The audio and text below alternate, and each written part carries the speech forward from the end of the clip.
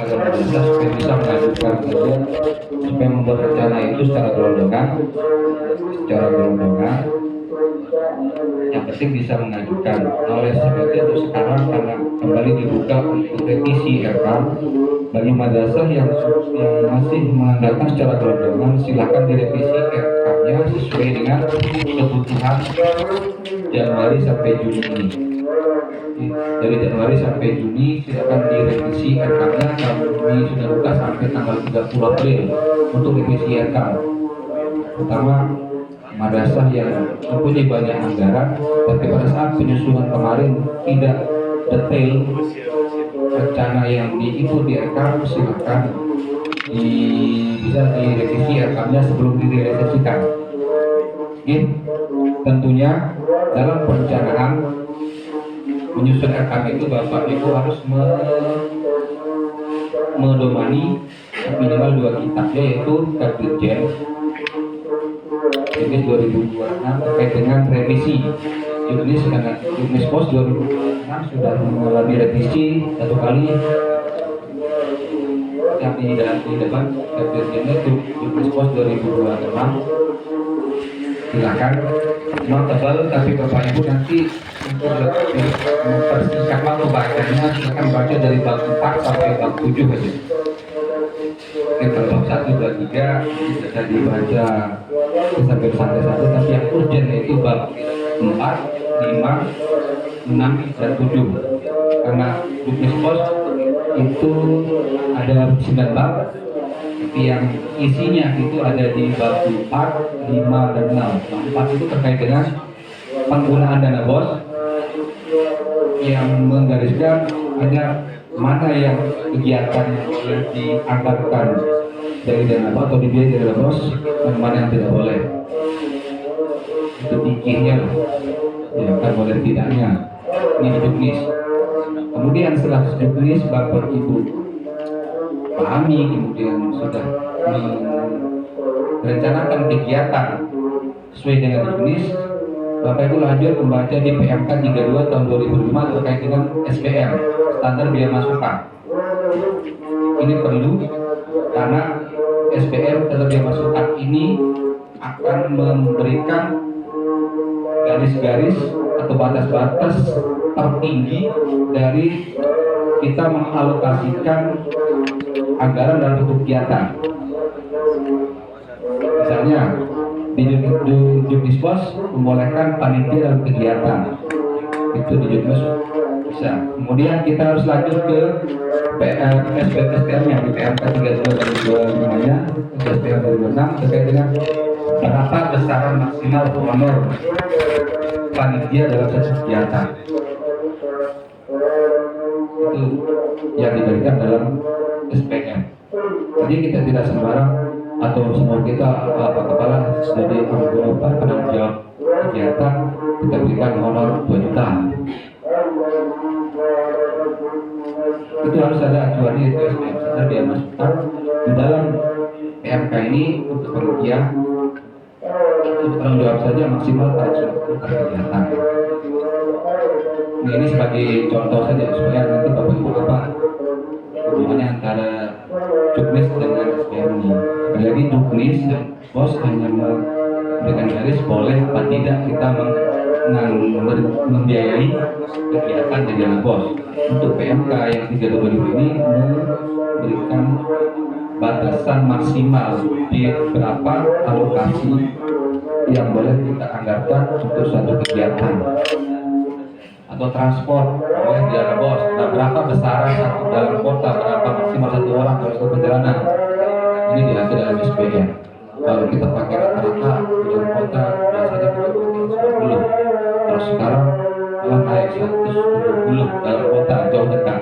Contohnya tidak boleh di atas 70, kurang boleh tergantung kemampuan madrasah. Ini dalam penyusunan rencana ini ajuan Bapak Ibu pertama itu Juknis Posnya, kemudian PMK. Silakan Pak Ketua KKN di-share ke Bapak Ibu Kepala Madrasah dan bendahara untuk dipelajari sebelum mumpung anggaran 2006 belum terlalu jauh sehingga tidak salah dalam merencanakan, dan kalau sudah dalam perencanaan otomatis pelaksanaannya pun akan salah. Oleh sebab itu kami di sini memberikan solusi terkait dengan perubahan di sini, karena ada beberapa sedikit perbedaan antara yang awal dengan yang direvisi. Kalau di awal itu menurut sertifikasi tidak boleh, kalau di juknis yang direvisi kembali ke juknis sebelumnya. Itu perbedaan. Kira-kira detailnya dibaca lagi.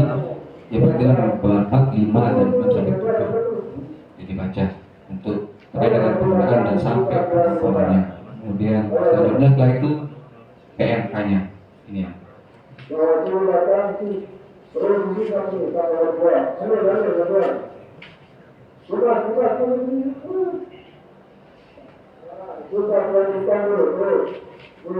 Selanjutnya kalau sudah rencananya matang, RK sudah sesuai dengan juknis dan BBA-nya sudah sesuai dengan PMK yang kami bukan tadi, yang perlu Bapak karena sudah diinput di RK. Udah, kalau sudah selesai perencanaan, lanjut ke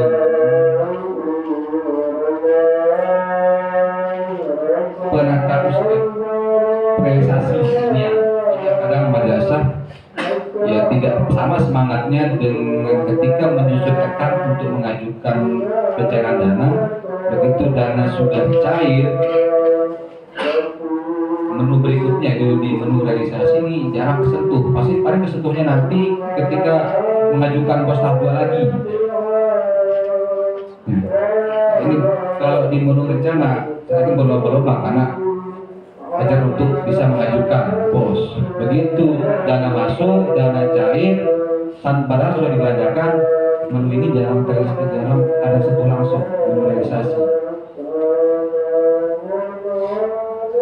Dari hasil pendapatan sampai pengeluaran kegiatan. Padahal secara aturan penata usahaan keuangan itu harus dilakukan secara real time. Kita basisnya bulan, otomatis kita harus menata usahakan pembukuan dari tugas udah sampai LP-nya itu tiap bulan. Padahal tiap Bapak Ibu buka aplikasi RK itu ada notif langsung. Ya, silakan ada Bapak Ibu untuk mencetak LPG tiap akhir bulan atau paling telat 10 bulan berikutnya. Tapi itu kita anggap bahwa hanya notif sebagai sebab itu aturan ini yang disampaikan sama kita disisipkan di aplikasi itu. Kalau kita di dana madrasah negeri sebelum bulan dan LPG nggak akan diberikan anggaran. Yang mudah-mudahan seperti kalau prakteknya disamakan dengan madrasah negeri akan tertib di administrasi penata usahaan anggaran. Tapi karena madrasah swasta diberikan secara gelondongan dan sedemikian kewenangan pengolahannya, ya tapi itu akibatnya terhalang. Ketika haknya sudah terpenuhi, kewajibannya kadang tidak. Apa kewajiban kita ya? Kalau sudah kita dapat uang belanjakan, berarti kewajiban kita melaporkan pertanggungjawabannya. Dan itu pertanggungjawaban itu tidak mesti di akhir, artinya tiap bulan.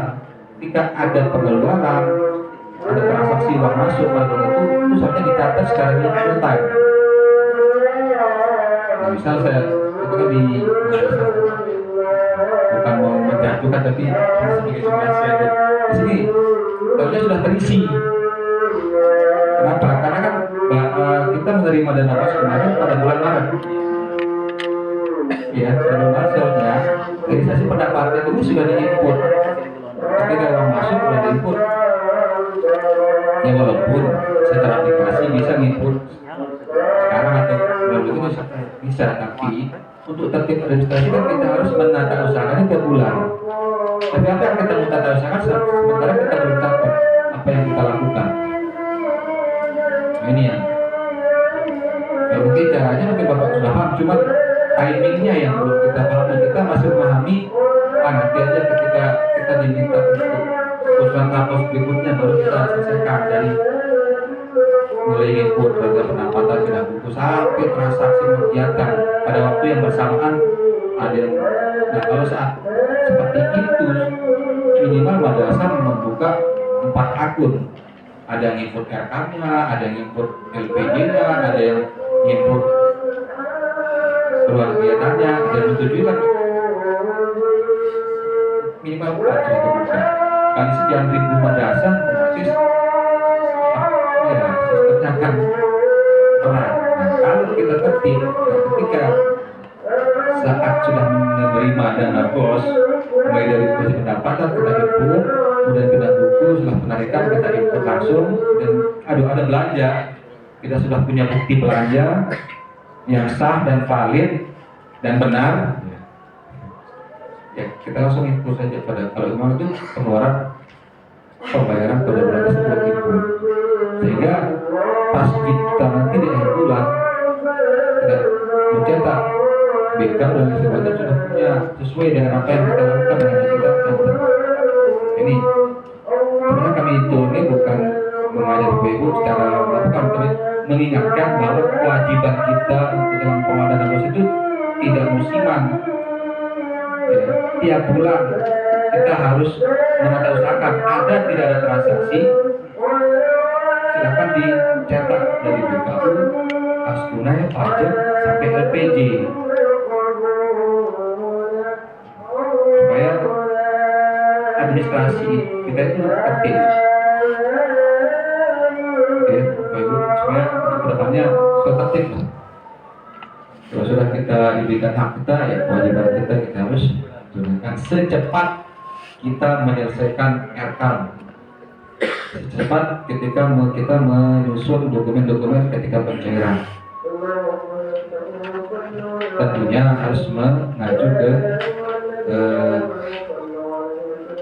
regulasi yang sesuai dengan anggaran yang kita kelola.